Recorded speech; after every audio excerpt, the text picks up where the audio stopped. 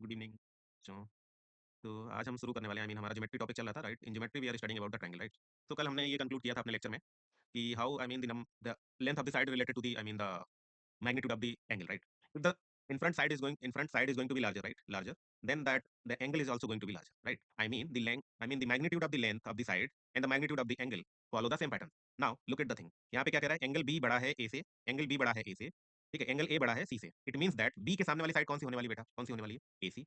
Angle A के सामने कौन सी साइड होने वाली है? That is B C. Angle C के सामने कौन सी साइड होने वाली? That is A B. तो हम इन एंगल्स का ऑर्डर देख के क्या हम साइड्स का ऑर्डर बता सकते हैं? Yes we can. तो ए सी बड़ा होगा बी सी से और बी सी बड़ा होगा ए बी से। यही ऑर्डर आने वाला है। बिल्कुल सही है। और आप देख लीजिए यही ऑर्डर है। यहाँ पे देखिए। ठीक है। चलो आगे देखते हैं। हमने ये भी कंक्लूड किया था अगर आपस में एंगल इक्वल नहीं है, it means in front side also not going to be equal. अच्छा, तीसरा क्या कह रहे हैं ये लोग? यहाँ पे देखिए एंगल सी का ऑर्डर देखिए। एंगल सी बड़ा है ए से और ए बड़ा है बी से। एंगल सी के सामने वाली side A B, angle A के सामने वाली side B C, angle B के सामने वाली साइड ए सी। ठीक है, यही पैटर्न फॉलो कर रही है ना? ठीक है। Now look at this thing.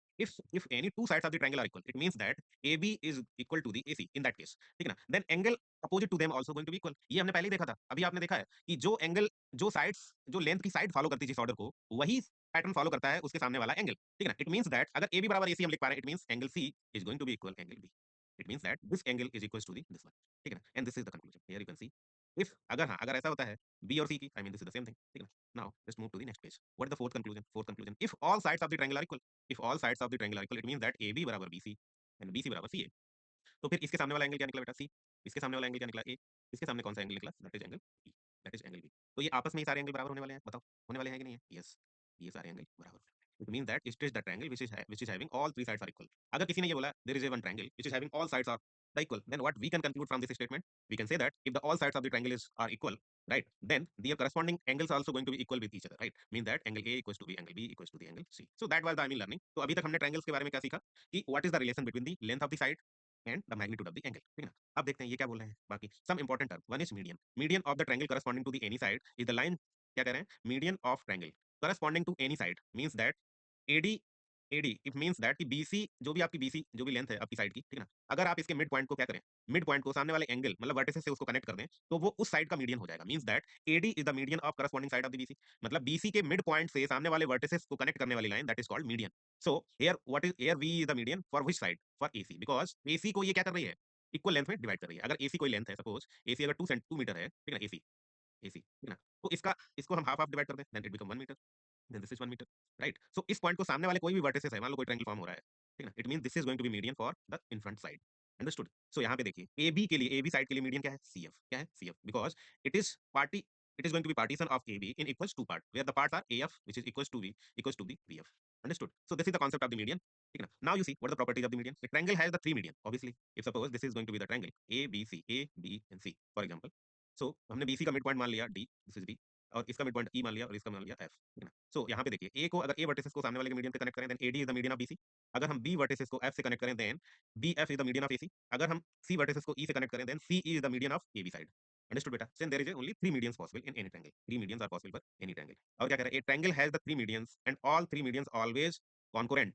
They intersect each other at the one point only. So this is very important point बेटा। आप किसी भी कोई भी ट्रायंगल आप उठाइए, कोई भी ट्रायंगल आप उठाइए, इट इज ज्योमेट्रिकली प्रूव्ड कि आप अगर सभी के मीडियन को मिलाते हैं, मतलब जो भी पॉसिबल मीडियन है इन एनी ट्रायंगल, राइट? तो these are going to be intersect on one point, means that they all are passing through the one point, passing through the one point. So if this is possible, then that point is called concurrent. I mean this called concurrent point, ठीक है ना? And the all medians are the concurrent because they all are passing through the concurrent point, ठीक है ना?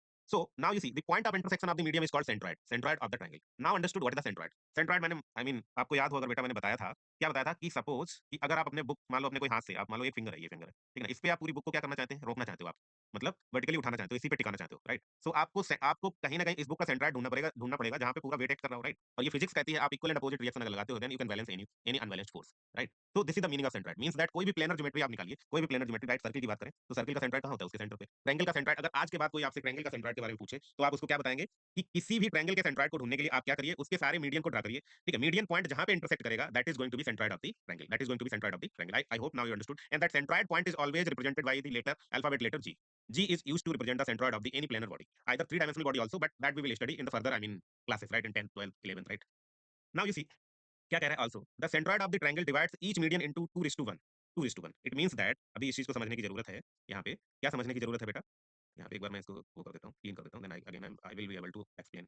Right? Means that जैसे suppose हमने कोई पहले आप भूल जाइए कि बाकी कोई मीडियन है। अभी आप ये मानिए कि ये वाला मीडियन है खाली, ये वाला, ठीक है? और ये किसका मीडियन था? एडी किसका मीडियन था? बीसी का मीडियन था। Now you see again now try to draw the another median, ठीक है ना? हमने वर्टिसेस सी को एफ से कनेक्ट किया जो सीएफ एबी का मीडियन होने वाला है, राइट? तो आप इस चीज़ को समझो, आप इस चीज़ को समझो कि जो जहाँ पे भी इंटरसेक्ट हुआ है, जहाँ पे भी इंटरसेक्ट हुआ है, तो एडी की अपनी कोई लेंथ होगी, एडी की अपनी कोई लेंथ होगी। Suppose this is going to be AD, AD, right? तो यहाँ पे कहीं जी पे कनेक्ट मतलब इंटरसेक्ट हुआ है, राइट? तो कहने का मतलब ये है कि अगर अगर ये पूरी मीडियम की लेंथ 3 मीटर है फॉर एग्जांपल, तो ये 2:1 के रेशियो में डिवाइड कर देगी। मतलब ये 1 मीटर इधर हो जाएगा, ठीक है ना? और इधर क्या हो जाएगा? 2 मीटर। और ये ध्यान रखना, जिधर उसका वर्टिसेस होगा, उधर की साइड ये 2 मीटर रहने वाला है और जिधर उसका मीडियन मिड पॉइंट होगा साइड का, उधर ये क्या रहने वाला है? 1 मीटर। बात समझ आ रही है? इट मीन्स दैट कि ये एजी जो होने वाला है दैट इज़ 2, 2 टाइम्स मतलब, और जीडी जो होने वाला है दैट इज़ 1 पार्ट। मतलब ये ट्वाइस होगा लेंथ का, और ये या तो आप ऐसे कह सकते हो मतलब जो टोटल लेंथ है एडी की दैट इज़ टोटल क्या है? टोटल तो फुल है, ठीक है ना? मतलब जो एजी होगा दैट इज़ एडी का एडी के टोटल पार्ट कितने हैं? 1 एंड 2, 1:2, टोटल तो 3 है, इंटू 2 टाइम्स। मतलब एसी जो हो जाएगा, एसी जो होगा वो एडी लेंथ का ट्वाइस 2 ऑफ थर्ड पार्ट। और जो sorry not AC, this is not AC, this is AG, है ना? Let me correct it. This is going to be AG, right बेटा? AG, this is AG. और जो आपका GD होगा that is one third of AD. Understood? Right, यही भी यहाँ पे भी दिया है। मैंने बताया था ना what the ratio concept, just put the constant and find the value, you will find the value. I can find for you, just look it here. Let me clean first. So now see the thing, अगर एजी और GD का ratio क्या है? 2:1 है। तो हमने क्या बोला था कि अगर आपको लिखना कैसे, एजी कितना होगा? 2 के, और जीडी कितना होगा बेटा? दैट इज 1 के, 1 के। तो टोटल लेंथ हमने कितनी मानी है? 3 मीटर मानी है। एडी कितना बना है? 3 मीटर, ठीक है। सो नाउ यू सी कि AG plus GD equals to AD, right? So that is 2 K plus 1 K equals to 3 meter. So now this is 3 K equals to 3 meter and K equals to 1। So now अभी आप यहाँ पे देख सकते हो एजी बराबर क्या आ जाएगा? 2 इंटू 1, 2 इंटू 1 दैट इज 2, और GD 1 into 1 that is 1, 1 meter and 1 2 meter, so that is going to be the ratio। मतलब मीडियन को जो सेंट्रोइड वाला पॉइंट है वो 2:1 के रेशियो में क्या कर देता है? डिवाइड कर देता है। In similar manner this result is also understandable, ठीक है? अब अच्छा देखते हैं दूसरा क्या है भाई? Altitude, what the meaning of altitude? Can of this is already I mean in your video that text data already recorded, so you can I mean note down in your notes, right? I don't know why this is blinking every time. Yes.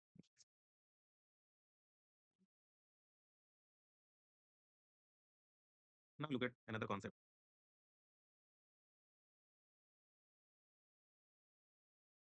So now the what the second term is altitude. One is attitude, ठीक ना? That is different, which is mainly found in the I mean peoples. So this is the altitude. Altitude means होता है height, ठीक ना? But for the triangle, if you want to calculate the what the altitude of the triangle, ठीक ना? Altitude of अब triangle का altitude find करना, that is I mean the very stupid question, ठीक ना? What we find inside the triangle, if we said let's find the altitude. Altitude हम हमेशा find करेंगे vertices का. Suppose vertices A का अगर altitude आप find करना चाहते हैं, then आप vertices A से सामने वाली side पे क्या करिए? Perpendicular ड्रा करिए. मतलब एक ऐसा perpendicular डालिए जिसको 90 डिग्री फॉर्म करे किस पे? सामने वाली साइड पे, ठीक है? Then whatever length you will get means that the length of the AD is going to be altitude of the side BC, and B is the altitude of the side AC, and CF is the altitude side corresponding to the AB, right? But this is different from the median. This is different from the median. How this is different from the median? Because हमने जब median के लिए बेटा ए vertices से क्या किया था? BC के मिड पॉइंट, पहले बीसी का मिड पॉइंट होना कहीं कहीं होगा, हमने उसको कनेक्ट किया था, तो that was our F. F was the median, but AD is the what? AD is the altitude of the triangle, altitude of the BC side. F is the median of the BC side. Difference क्या है कि ये BC पे दोनों side 90 90 degree बनाएगा because it is perpendicular to the BC side. But F क्या करने वाला? एफ क्या करने वाला? This is not going to be 90 degree, this is not going to be 90 degree, that we have to calculate, from the geometry, right बेटा? So now आगे देखते हैं क्या है? A triangle has three altitude. Obviously, a triangle also have the three median. It has the three altitude, and the three altitude always concurrent. ये भी तीनों concurrent ही होंगे, ये भी हमेशा concurrent होंगे. But हाँ, इनसे जो पॉइंट मिलेगा वो पॉइंट O होगा. This is simple O point, right? उसको हम बोलेंगे ortho centre. This is the point of intersection. Point of intersection of the altitude of the triangle is called ortho center. But this ortho center is not going to be centroid of the triangle. ये आपको हमेशा ध्यान रखना. How the ortho center different from the centroid. That if you know that thing, that difference, then you understood what the triangle in actually, right? तो हमारा orthocentre is completely different from the centroid, क्योंकि centroid मिलता है intersection of the median से और for the any triangle, but orthocentre किससे मिलता है? It is the intersection of the all perpendicular which draws from the vertices of the triangle, right बेटा? So now just I mean we are shifting to the page number 128, या this is the page number 128। सो अब now हम talking about the triangles property. अभी भी I mean ये attribute ही चल रहे थे ट्रायंगल के। क्या कह रहा है? The sum of the angles of the triangle is equal to the two right angle. Two right angle means 90 degree plus 90 degree. आप सिंपली ऐसे याद रखिए, the sum of the all three angles in a triangle that is going to be 180 degree, 180 degree, where we can write angle A plus angle B plus angle C. So this is one of the property, right? अब क्या कह रहा है? If one side of the triangle is क्या कह रहा है? If one side of triangle is produced, the exterior angle so formed to the equal the sum of the two interior opposite angles. Okay, let me see.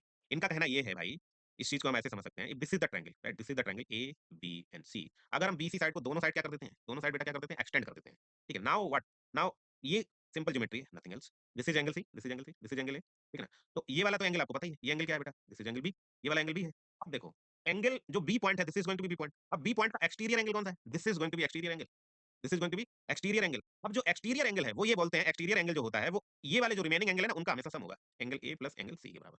अच्छा ये कैसे हुआ, इस चीज को हम बड़े आसानी से प्रूव कर सकते हैं। देखिए, देखो, कोई भी लाइन आप ड्रा करते हो और सपोज उस पे कोई ये एक लाइन है, this is angle B, this is angle B, suppose for example this is the these two sides of the triangle, right?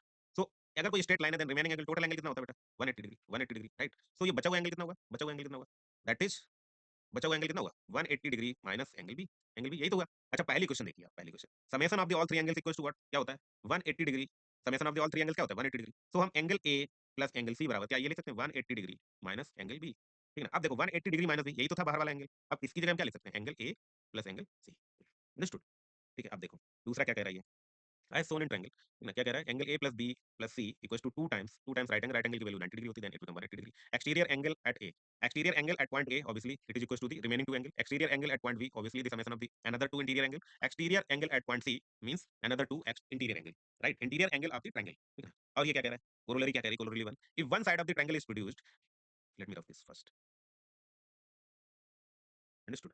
Now look at this, look at this, if one side of the triangle is produced, one side of the triangle is produced, exterior angle so formed is greater than each of the interior angle opposite, क्या कह रहा है, if one side of the triangle is produced, exterior angle so formed is greater than each of the interior opposite angle, ठीक है ना? अब इस चीज को हम कल प्रूव करके देखेंगे कि what it says, the triangle cannot have more than one right angle, okay, these are postulate, postulate means ये ऐसा बोल दिया गया है, but how we can see in a geometry, right? अब जैसे ये कह रहा है कि one side of the triangle is produced, exterior angle so formed is greater than the each of the interior opposite angle, obviously बात समझने वाली ये है कि एक साइड एबी ने एक्सटीरियर एंगल क्या फॉर्म किया, ये वाला, this is exterior angle form किया। अब ये एंगल हमेशा ज्यादा होगा ऑब्वियसली, ए से भी ज्यादा है और सी से भी ज्यादा है, क्यों? क्योंकि ये ऑलरेडी उन दोनों एंगल्स के इक्वल है, समेशन के इक्वल है। तो भाई एक बात बताओ, जब एंगल बी अगर एंगल ए प्लस सी के बराबर है तो हम ये नहीं बोल सकते कि एंगल बी बड़ा है एंगल ए से, बोल सकते कि नहीं? ऑब्वियसली एंगल ए में कुछ ऐड करेंगे तब ये बी के बराबर हो रहा है, अदरवाइज बी बड़ा है। ऐसे ही बोल सकते हैं एंगल बी बड़ा है एंगल सी से, मतलब अगर हम सी में कुछ ऐड कर रहे हैं तभी एंगल बी बड़ा होगा, मतलब अगर हम सी में कुछ ऐड करें तभी बी के बराबर होगा, अदरवाइज एंगल बी बड़ा है। So that is the first point. That is first point, right? Remaining points tomorrow I will cover better. And for today, that is more than enough. Slowly, I am trying to recording the each lecture. Hopefully, you are understood well everything. If anything going to be remains, either you can ask through the message, either by call. Right? Thank you.